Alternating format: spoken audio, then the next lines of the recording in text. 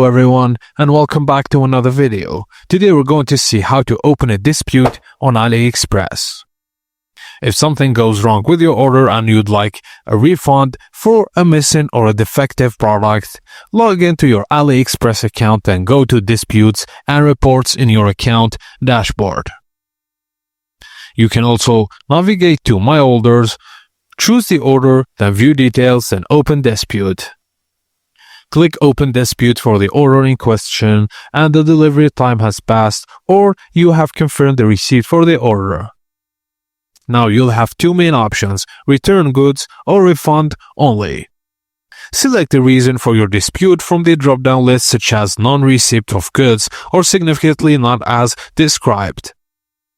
Fill in the dispute form with details about the problem, then upload photos, videos or other evidence to support your claim. After filling out all the details, just click Submit and AliExpress will review your case and immediate between you and the seller. Just note that you usually have 15 to 60 days from the shipping date to open a dispute, depending on the shipping method.